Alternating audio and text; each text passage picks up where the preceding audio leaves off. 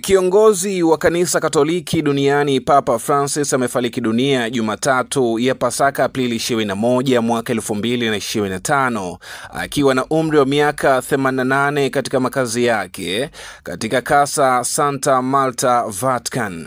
Muda mfupi uliopita, Mwadhama Kardinal Farrell alitangaza kwa masikitiko kifo cha Baba Mtakatifu Francis kwa maneno haya: "Ndugu wapendwa, kwa huzuni kubwa sina budi kutangaza kifo cha Baba Mtakatifu Francisco. Saa 1:35 asubuhi ya leo, askofu wa Roma Francis alirudi nyumbani kwa Baba. Maisha yake yote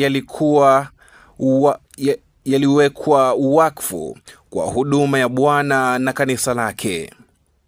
Alitufundisha kuishi maadili ya Injili kwa uaminifu, ujasiri na upendo wa ulimwengu wote, hasa kwa ajili ya maskini zaidi na waliotengwa zaidi."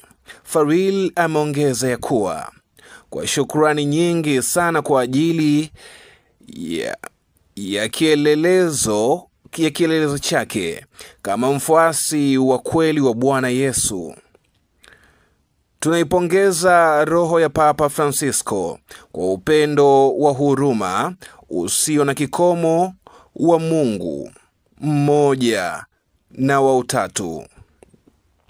Kifo cha Papa kimekuja chini ya saa 24 baada ya kujitokeza kwenye uwanja wa St. Peter's Square mjini Vatican kwa ajili ya Jumapili ya Pasaka.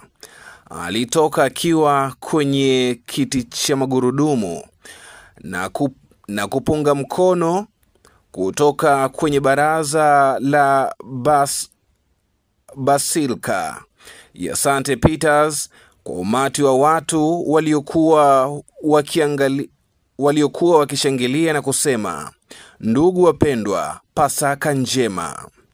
Hii ni Dream TV, na usisahau kulike, kusubscribe, lakini pia kutuandikia maoni yako hapo kwenye sehemu ya kuandika maoni.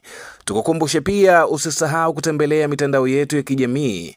Huko Instagram ni TZ Dream TV, lakini pia TikTok ni TZ Dream TV na YouTube ni TZ Dream TV.